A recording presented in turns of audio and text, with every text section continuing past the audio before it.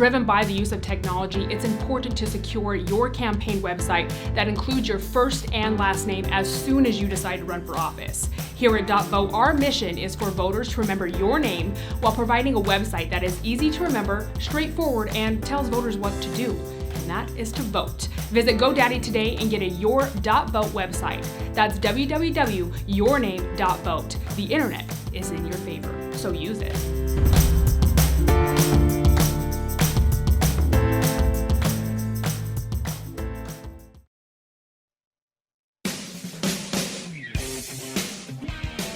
Welcome to Breaking Battlegrounds. I keep forgetting the name all the time. Breaking Battlegrounds. Today we are honored to have Matt Salmon, former congressman. He is running for governor of Arizona, top-tier candidate, and been a major part in making Arizona what it is today. Welcome, Matt. Hey, thanks a lot. And Matt, welcome. Happy Donut Day. What's your favorite donut? Probably Bavarian cream. Yeah, that's a good choice. You know, can you trust a person that doesn't like donuts? I mean, that's really the most important question today. Everybody loves donuts. Yeah, I have never met a person who doesn't like donuts. I like Bear's Claws, too.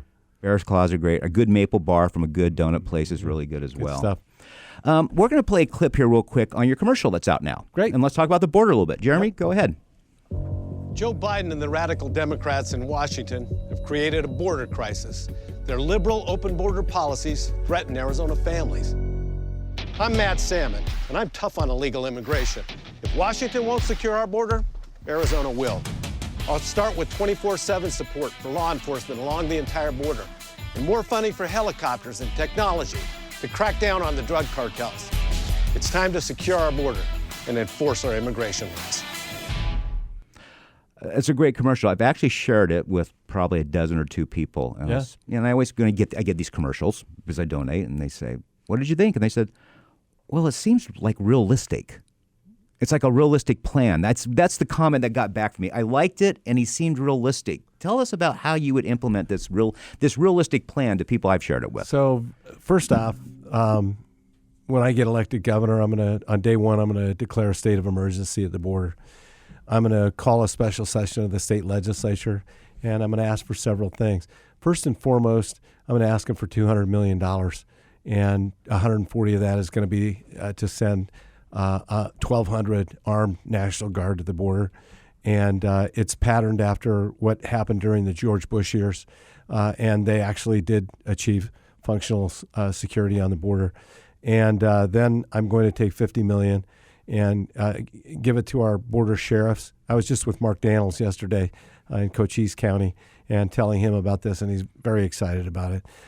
Give them the money so that they can actually get the resources they need within their sheriff's department to be able to arrest and incarcerate people that break state laws. And I'm going to ask the state legislature to beef up our criminal trespass laws. Lastly, I'm going to ask the state legislature to formally designate, at least on a statewide basis, and hopefully we'll get this done at the national level too, because I'm going to use the bully pulpit to do so, to designate the cartels as a terrorist organization. Don't you find it, look, so you've served in Congress, was it 10 or 12 years? You did 2 stints. 12 years. 12 years. No, 10 years. 10 years, sorry. 10 years, thank you, okay. Yeah. You've watched this now over 2 decades. Yeah. Is Washington fixable, or is this stuff that we just have to do in the states? I mean, it seems like it's really not. They want to punt on all the tough issues. And, you know, when we were there before, Chuck, during the 90s, we were apoplectic about the spending. And the spending nobody's even talking about it anymore. No. It's disgusting. And when you look at hyperinflation that we're facing right now, it's all traceable back to what's going on with the spending in Washington, D.C. and the printing of more money by the Federal Reserve. So it's easy to understand why it's happening. But I don't think Washington's ever going to change. And that's why I decided to run for governor, because I think that it's going to have to happen one state at a time. And, you know, I was one of the founders of the Freedom Caucus. I want to do the same thing with governors. I want to start a Freedom Caucus of governors that are willing to lock arms and stand up to the federal government, because it's not only standing up and doing what the federal government's not doing in terms of border security, but standing up and fighting against them when they pass laws that we believe are unconstitutional. You know, Biden is talking about new gun confiscation laws, and if I'm governor when that happens, basically going to say it's not going to be enforced in the state of Arizona. It will not be enforced in the state of Arizona. We're a Second Amendment sanctuary state. And I believe that some of the other governors, like Ron DeSantis, who was my closest friend this last time around when I served in Congress, and Kevin Stitt, Oklahoma, Kristi Noem, South Dakota, Greg Abbott, Texas, I think there's a nucleus of people there that are willing to stand up and fight back when it comes to the 9th and the 10th Amendment to the Constitution, which our founding fathers envisioned the seat of real power in government is the people. And the government that's closest to people is the states. You know, we always look at, when we're elected officials, we say, who is somebody you look up to or somebody you want to model yourself after? And what you'd hope if it's elected Governor Matt Salmon, the people say, I want to govern like Matt Salmon. Right. But that being said, we're not there yet. Who are some governors that you see? Well, it's easy. Ron DeSantis for me. And what do you like what he's doing? I like the fact that he's pushing back against some of the woke garbage that is so easily adopted, not just by the liberals, but by the business community. And, you know, like how he handled Disney. I loved it. He just basically said, okay, fine, you're welcome to take whatever ideology you want, but we're going to take your tax benefits that we gave you away. I love how he plays hardball. He did the same thing with the cruise industry when they started wanting to do the vaccine passports. I love how he handled the COVID issue far better. Kristi Noem right up there as well. But the way that they did not they did not force the business to close. They didn't let it happen. And then Johns Hopkins did a study on the incidence of COVID death in states that stayed open and states that closed down, like Gavin Newsom. And the states that stayed open didn't have any worse incidence of COVID death. So I like the way he handled the schools, everything. I'm a big fan of Ron. He and I actually introduced an amendment to the Constitution together, which was very straightforward. It just said Congress has to live under the same laws it passes on to everybody else. And what was the result of that vote? We never even got a vote, which is really, really frustrating. And that's what I'm saying. You know, whether it's balancing a balanced budget amendment, which is absolutely required, or whether it's term limits, which I support 100%. It's never going to happen in Washington, D.C. They're never going to get control, I think, of the spending. They will never. I try as I might, you know, this border security stuff that we've been talking about for years and years and years. It's just Congress is not going to get it done. It has to happen at the state level. Absolutely. Let's talk about inflation for a minute. So I actually came across something today that on, what was it, October 29th last year, Treasury Secretary Janet Yellen said that $2.8 trillion in spending proposals will likely push down inflation. Okay. Oh, brother! She's never taken an economics class. No, it's amazing, and she's our Treasury Secretary. And then today they had a Washington Post article where they said now the debate in the White House is more, well, how do we spin it? Not what the policy is to make it different. How do we spin it? That's an honest conversation we're having in the White House. I think one thing that frustrates me when you have people vote for governor, or, you know, for example, I always see statements on, we'll use Twitter because we know most people are insane on Twitter, but right. They go and they question Secretary of State candidates. Well, what are you going to do about immigration? Well, they can't do anything. It has nothing to do with their office. But they're all talking about it. They all talk about it, but it's not their office, right? No, it's not their office. So let's talk about inflation for a minute. This is really a federal money problem in a lot of ways. Plus, there's other features, right? When there's, you know, supply economics, things of that nature. Right. What can a governor really do to help in this area? It's not that you're going to be able to cure it, because we have high inflation in Arizona right now. So what would Governor Salmon do? I think there's a few things that can be done. I think that we can do everything that we can to try to make housing more affordable. And it's a supply and demand issue. Mm-hmm. We have a shortage of houses right now in the state of Arizona. We're sitting on 9.2 million acres of state trust land. And so I think we can be a lot more aggressive in how we use that state trust land. And most of the money, 85% of it, goes toward education. And we can reduce our reliance on other things because, as you know, I want to get rid of the income tax. Right. And I've pledged to do that over my first 4 years. Corporate or personal? Both. Both, okay. I want to get rid of income tax in this state. I've never been a fan. You know, I was a fair tax guy back during, when Bill Archer, many years ago. But I've always really had a real problem with the income tax. And it goes back to what Ronald Reagan said. He said that we tax what we want less of. We subsidize what we want more of. And do we really want less work, investment, entrepreneurialism? I don't think so. And I think that if we got rid of our income tax in Arizona, we would be beating off the right kind of business with a stick. And I'm a supply sider. People are always asking, well, how are you going to pay for that? Well, wait a minute. Come on. You make it sound like the economic system is totally predicated on spending. It's not. That's the Keynesian philosophy, and I don't subscribe to that. I'm an Austrian guy, thank you very much, and Atlas did shrug. So I truly do believe that when it comes to income tax, if we didn't have it, there'd be better high-paying jobs, and it also mitigates some of the cost of inflation with people that they don't have to pay an income tax. What do you see the role of the governor in bringing together both parties from the aisle and getting issues? It's like housing, but I mean, water. Water. So I want to get into water because it's probably the number one priority in the state that no one really wants to talk about because it's a little boring to your water doesn't turn on, right? Right. But let's talk about housing, then let's go to water. So, how do we do that? I think most people have a misperception of what housing, low-income housing is. If you explain what you would do and why this would make a difference to some people. Well, for one thing, what I wouldn't do is rent control. And I'm not going to put the heavy hand of government. I do believe in a free market system. And again, I think in Arizona, when it comes to the cost of housing, I think we can mitigate that by providing more opportunity for houses and land, so through our state trust land. So I think that's an opportunity. I also have heard some really innovative ideas. I was in Yuma, and the Yuma School District was telling me that they are actually they have a large swath of land there in Yuma that they own as a school district, and they're going to dedicate it for housing. And they're going to work with a private investor to come in and build housing. Not all of it will be affordable housing, but a lot of those units will be set aside for teachers, brand new teachers. And I think some of those innovative ideas are actually really good. And I think that we ought to support them.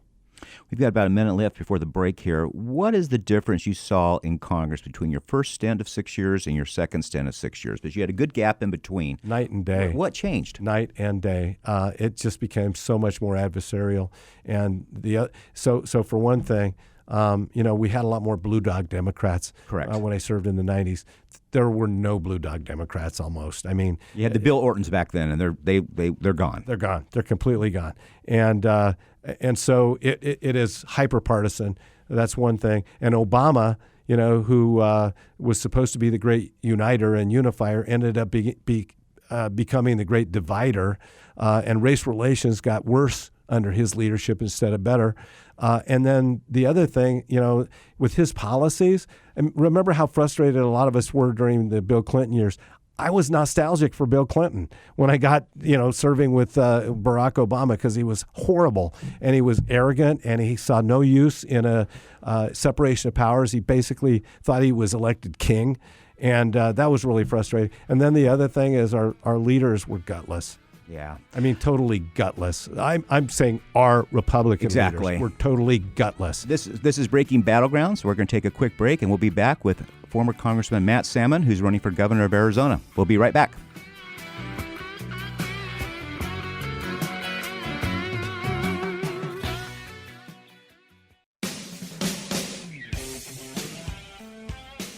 Welcome back to Breaking Battlegrounds. We're here today with former Congressman Matt Salmon, who's running for governor of Arizona. Matt, quickly tell them, where can they find you on Twitter, Facebook, website? Where can they find you and look you up? In some very obscure part of the the web. The digital world. Yeah. What's your website? My website is mattsalmon4az.com. And it's not the number 4, it's the word 4, F-O-R. mattsalmon4az.com. And you can also find them on Twitter and Facebook fans. Just use your search engine, okay? That's right. We're not going to help you out here on that. Okay. Let's talk about an issue that's very important in Arizona, water. Yes, sir. We live in a desert. We do. And we're getting less precipitation up in the northern states. Or there's problems with the Colorado River, problems with Lake Powell, yada, yada. What do we do? Problems with California. And the fact that they let a bunch of their water that melts from the Sierras go into the ocean. To save a stupid little fish called the snail darter. There's a lot of problems with it. So tell us a plan. What does a Matt Salmon governor do? So I think it's going to take an investment by the state. I mean, that's one of the things, Ducey in his State of the State talked about. He talked about $1 billion over the next 5 years. I think that's a good down payment because we're going to have find new sources of water. And I think We need to do a lot stronger partnership with places like Israel, who really has it right. By the way, they recycle or retreat 85% of their potable water in Israel. And that's one of the things that we're going to have to really, really look at doing in Arizona. It's one of the cheapest ways. It's far cheaper than desalination to retreat water. And a lot of the municipalities are doing some of it. We're going to have to do a lot more. I think the desal idea is a good one for a long-term solution, but it's 5 to 10 years away. And there's no agreement yet with Mexico. They're talking about a desal plant on the Sea of Cortez and then not piping the water to Arizona because that would be incredibly expensive, but letting Mexico keep that desal water that we're a partner with them on that plant, and then us getting about 200,000 acre feet of their Colorado River water allocation coming through to us. So that's a really innovative idea, and I like it. 200,000 acre feet. How many people does that help out? That's just a small down payment. Yeah. I mean, we're talking millions and millions of acre feet, and we're going to need to pull out all the stops. We also have an aquifer in Arizona that's really full of water. It's called the Harquahala Aquifer, but it's briny, and it's going to have to be treated as well. We would have to build infrastructure from there to get it to other parts of the state that need the water. Israel has perfected. Oh, by the way, 72% of the water use in Arizona is agriculture. And so finding much more efficient drip systems than the way we irrigate right now is going to be really important. Israel has perfected, this to a fine science, and that's something that we need to look at partnering with them on. But in the final analysis, I think conservation is going to have to be part of it. There's no easy way out for us. It's going to have to be all hands on deck and all of the above. And it's going to cost money. And it's going to cost money. People understand because that. when you look at new infrastructure, when you look at desal plants, when you look at retreating water and treatment plants, all of that's going to cost money. And so, yeah, it's going to take a big investment by the state. But if we don't get it right, it's going to paralyze our economy. So even though it's not a sexy issue that a lot of people want to talk about right now, it is one of the most important issues that we face as a state, and we better get it right. And Chuck, while we're at it, that's why it's really, really important to elect somebody as governor, as CEO of this state, that actually has some background and knowledge and skill set to get these kinds of things done. Because unlike a lot of other jobs, where you're a CEO of a corporation, you can't just bark out orders and everybody just falls into line. When you're working in a separation of powers situation where you need the legislature to appropriate the dollars, you need the legislature to pass the changes in the laws to get these things done, whether it's dealing with the border, whether it's dealing with water, whether it's dealing with our schools. You're going to need a governor that knows how to deal with that system and knows how to get it done. And also somebody that has a background of accomplishment, conservative accomplishment, and not just rhetoric. All the candidates running for governor are using pretty much the same talking points, but the devil is in the details, and it's also in the person's ability to actually get it done. And I have a record as long as my arm on public service in a conservative way, fighting upstream, sorry about the pun, against the establishment and getting things done, conservative ideas done. And so that's a big difference between me and the other candidates. Well, two questions, and I want to go to that. First of all, what has surprised you, since you announced for governor, what has surprised you about this campaign? Has there been a surprise? Yeah, there's probably been a couple of surprises. I didn't think that in Arizona the voters would be so willing to allow somebody to just out buy an election. I see a lot of money going on the TV, and you know what? I don't have a rich spouse that can pay for my election. I'm having to go out and convince people in my ideas and have them contribute. And I don't have $1 million a week to put out there on media. It's kind of surprised me because I'm campaigning the old-fashioned way, a lot of shoe leather, a lot of mileage on the vehicle, and going out and meeting people, looking eye to eye. But, you can't reach the masses that way. No. And in today's social media world, and, you got to be out there in a strong media presence. And so I think it's shocked me how willing people are just to, I'll call people on phone banks. I'm calling people and say, hey, this is Matt Salmon. Really? You're the candidate? You're calling me personally? I say, yeah, I'd like to see if you have any questions. Oh, no, I'll just watch your ads. Really? I hear that all the time. It's like, really? You have the candidate on the phone. You can actually ask me questions. So you've run Republican primaries before. How has the Republican voter changed from the first time you ran for Congress to today? What have you noticed? What's the difference between that voter then 20 years ago and now today? I think that the difference is social media has had a great impact, and where people can make any allegation they want about a person and have to back it up, how gullible sometimes people are. Short attention spans, it seems like. Yeah, they see something in social media, and it's like, even though most Republicans are so distrusting of the media, the lying media, they sometimes suck up this stuff hook, line, and sinker. That's on social media and without even a question. Well, I find something. A prominent Republican the other day was telling a colleague, "I really like Chuck, but he's just moderate." Right.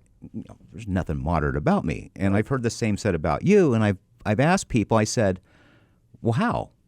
What's your definition of a moderate?" It's really interesting because I just pulled out an old article from The Hill, where they were saying that Matt Salmon is one of the few people that is just constantly fighting against the establishment.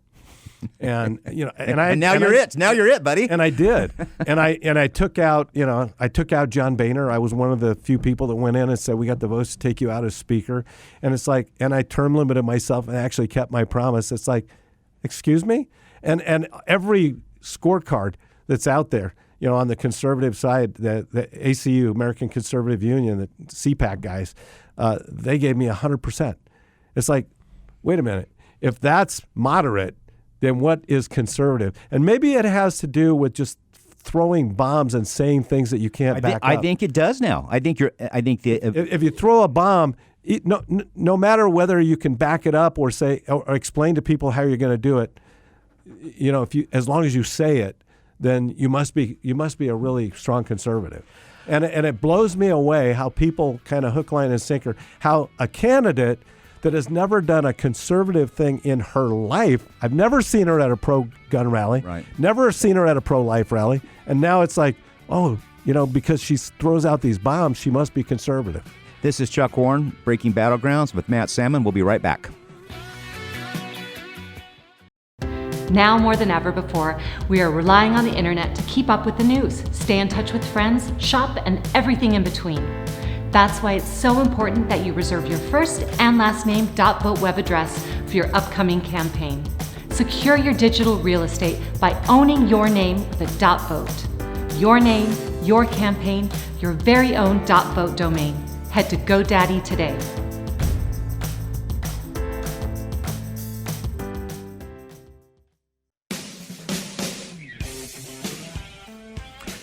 Welcome back to Breaking Battlegrounds. We're here today with former Congressman Matt Salmon, now running for governor in Arizona. We got a primary in 2 months, basically. Early voting starts early July. Right. Let's talk about something that has just really shocked the nation lately. It's not only these mass shootings, which I believe they're technically with 3 or 4 more people are shot, but the schools.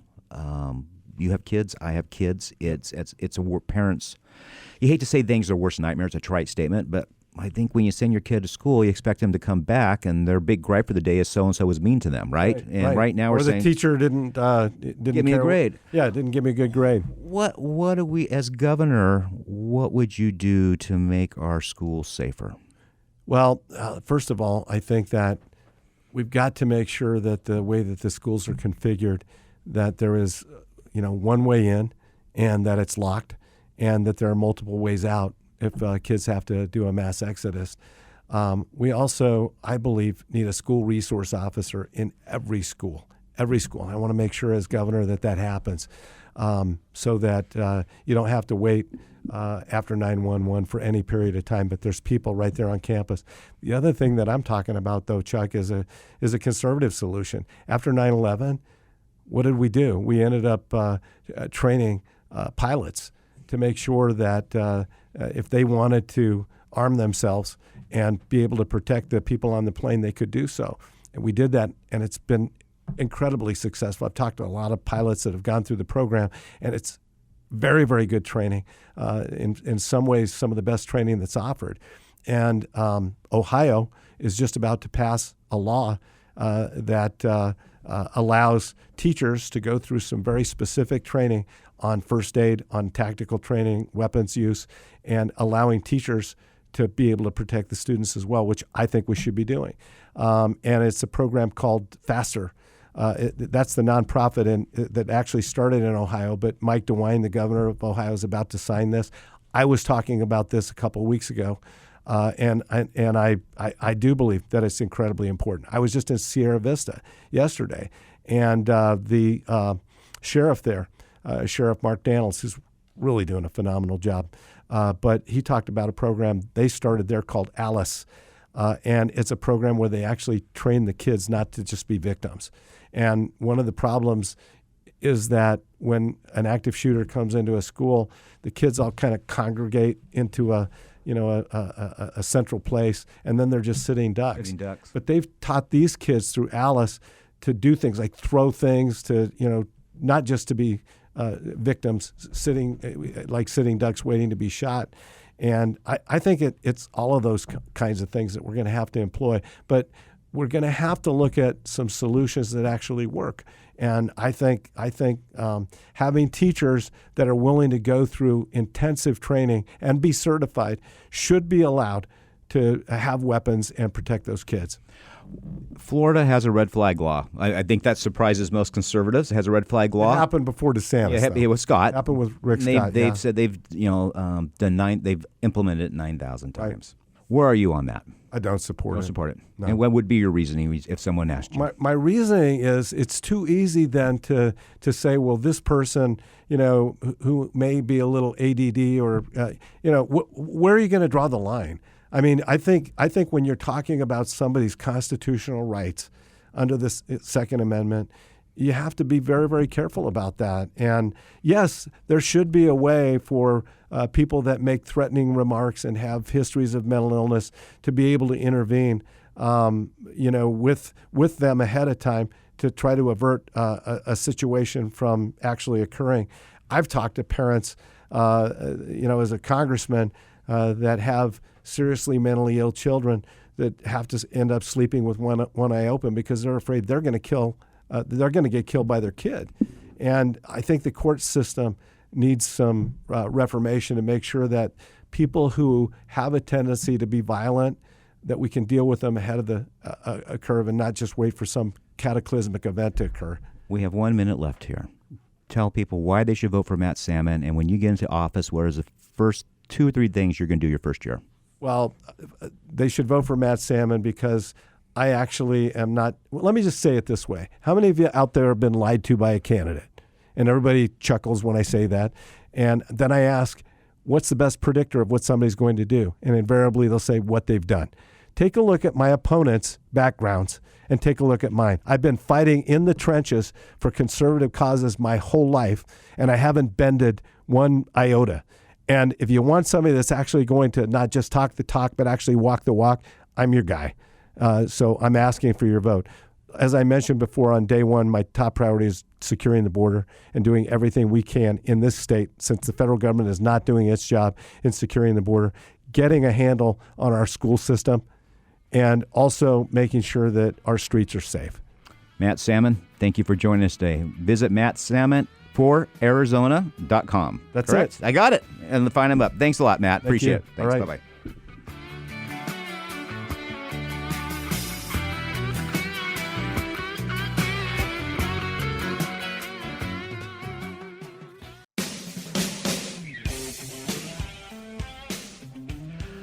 Welcome back to Breaking Battlegrounds. I'm your host, Chuck Warren. Sam is out today. My co-host for this segment is our previous guest, former Congressman Matt Salmon, is running for governor. We have on the line now for our last segment, Albert Eisenberg.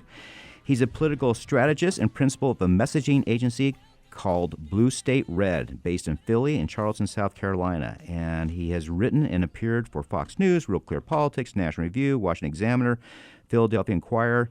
He was the youngest op-ed columnist and only conservative at the Philadelphia Inquirer. Albert, welcome to the show. Hey, how are you? Good, Thanks for thank having me you. on. So we're bringing you on today to talk about your article yesterday in Real Clear Politics. The title was "Harvard Won't Say If It Supports Diversity of Thought." So Harvard, as everybody knows, when you talk, if anybody had a kid and said, "I got accepted at Harvard," you're proud, right? I mean, this is the creme de la creme.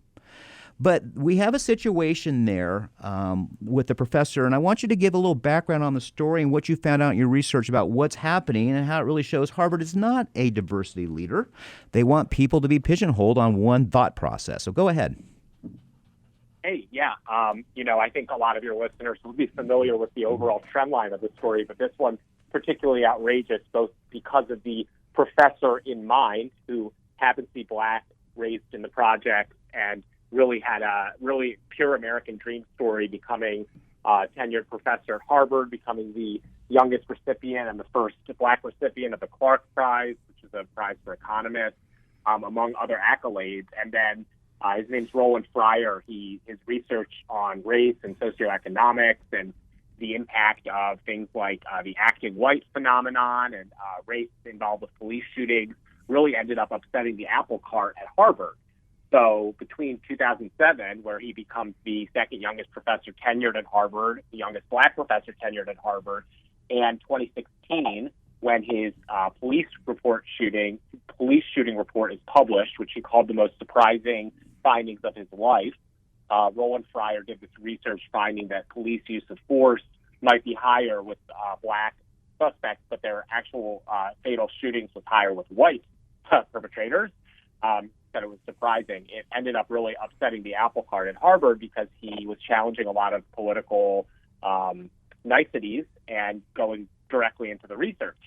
So Harvard, basically, what ensues is a kangaroo court in 2018 and 2019 where a former research assistant comes forward with allegations of sexual impropriety from Fryer. The vast majority of those are dismissed, although several of them are upheld by a neutral investigating committee, which said, you shouldn't have been, texting this research assistant sort of sexual come-ons, but that's nothing groundbreaking from, people in power. And the committee recommends training, sensitivity training. And instead, Harvard says, we're going to shut down all of your research. We're going to bar you from the classroom for 2 years. We're going to put people in charge of your research who are publicly outspoken and being against, your findings and you as a person. And they even considered revoking his, which has happened since the Civil War. So it was a story of shutting somebody up and muzzling them, which is now in 2022 kind of taking light because of a documentary film that was made earlier this year by Rob Mont, and because Glenn Lowry and Barry Weiss are sharing the story. And I was proud to be able to share the story in Real Clear Politics yesterday as well. And if you'll allow me to rant for just one more second, what was particularly shocking to me is I emailed Harvard and asked them for comment, gave them the opportunity to respond to all the points that I understood as far as the facts of the story, and asked them whether they support intellectual diversity on their campus. And they not only ignored several requests for comment, they actually wrote me back and said that they were refusing to comment. So to me, that says Harvard will not say if it supports intellectual diversity. Well, let's talk about some of the groundbreaking research he's done. You talked a little bit about the police shootings. He's done some other things as well. It has to do with education. Tell us a little bit more about what he's done. I mean, what we have here is a gentleman who is he's the American dream story that we all say we want. And then he's also a gentleman that does groundbreaking research because he asks questions about it. So for example, what was the thing? It's a thing where they're saying that you're less popular if you get A's, right? If you get B's and so forth. He's done research like that shows that if you're a young Black student, you become less popular if you're an A student. They say you're trying to imitate other cultures. And so they had shown studies, I guess. I watched the film this morning. They had studies that said, well, that's not true, because they asked the A students, are you popular? And his response was, well, that's like asking a 14-year-old boy if he's having sex. Of course he is, right? They all lie or they think they're doing something. And so he went instead to ask, well, tell me who your three best friends are. And he really dived deeper questions, which I wish polling would do more actually in elections, right? It's not this surface type thing.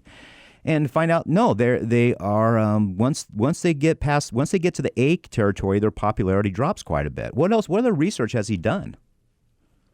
Yeah, and that was true for black students especially. So the phenomenon that you're talking about is related to the quote-unquote acting white, which if you are a progressive in the socioeconomics or sociology field, your reasoning that there are gaps in achievement among black students versus white students is obviously because of white supremacy, because of underinvestment in schools, and a handful of other, progressive shibboleths.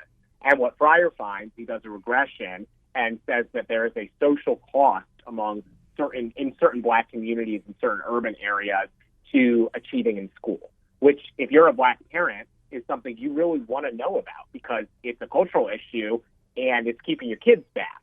So muzzling Fryer from publishing research like this actually is punishing the least advantaged people in the country, which I think is really important to note.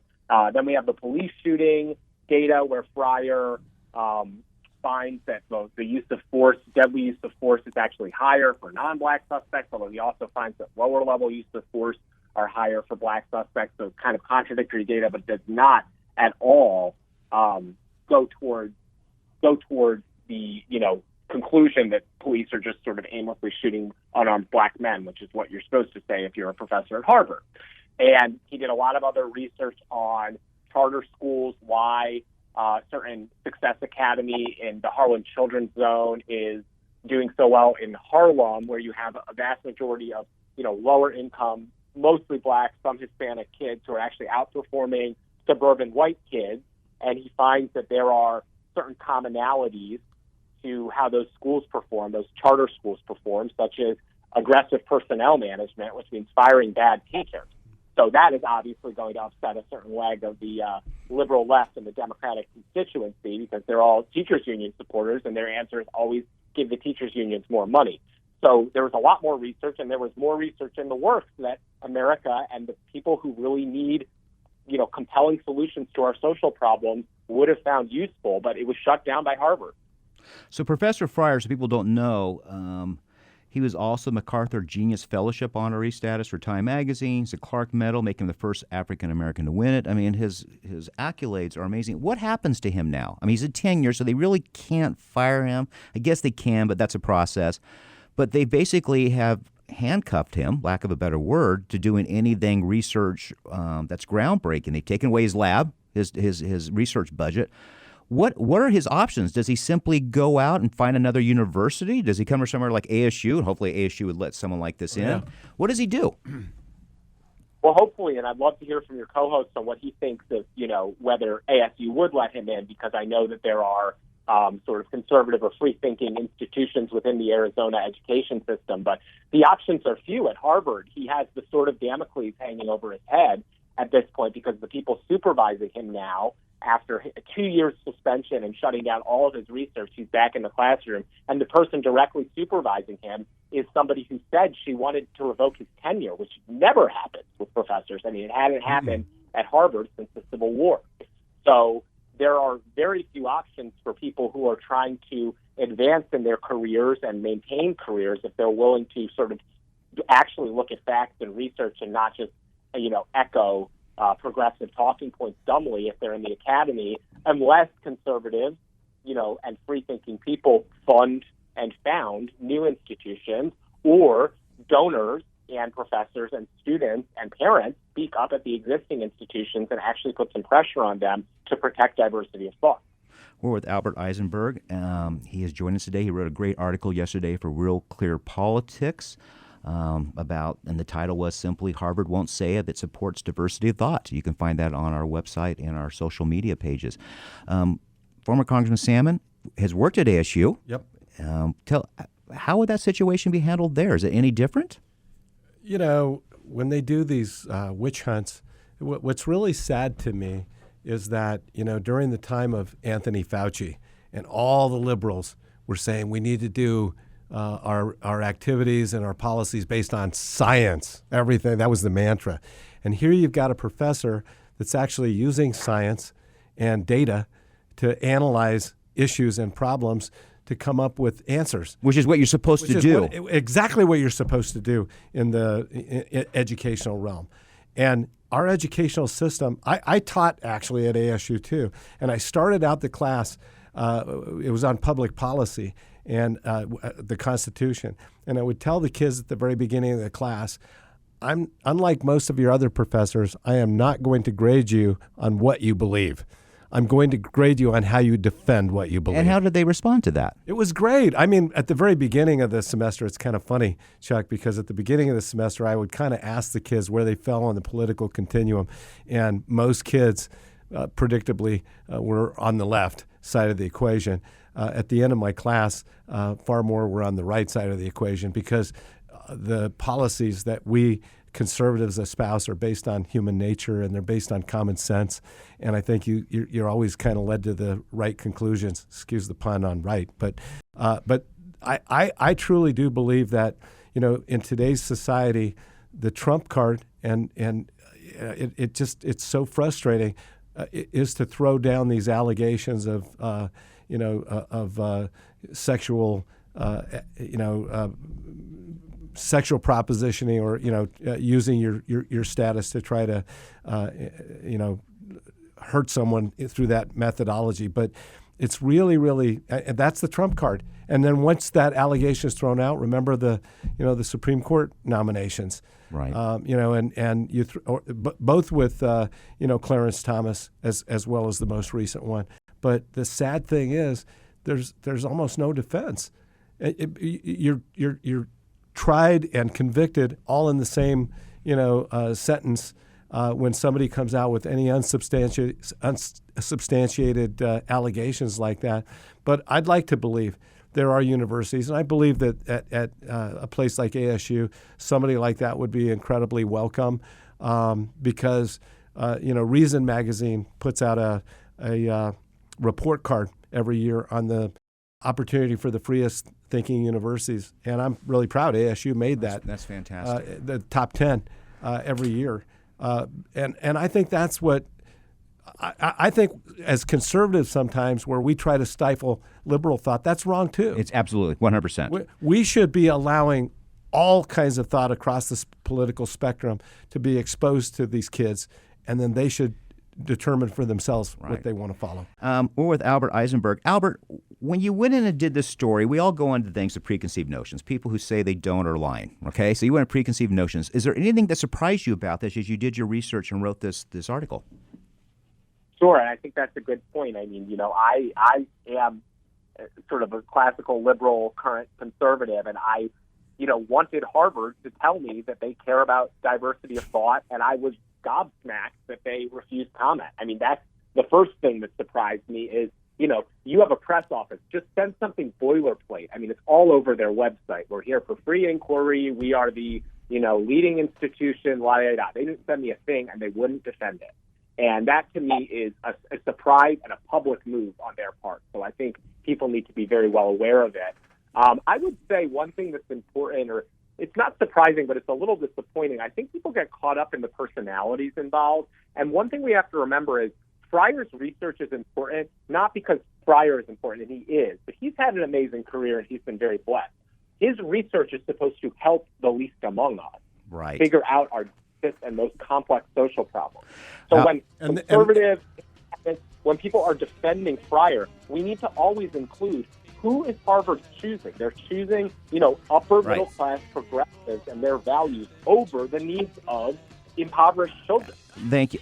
This is Albert Eisenberg. We appreciate you joining us. We'll hope you join us again sometime. This is Breaking Battlegrounds. We'll be with you next week. Have a great weekend, folks.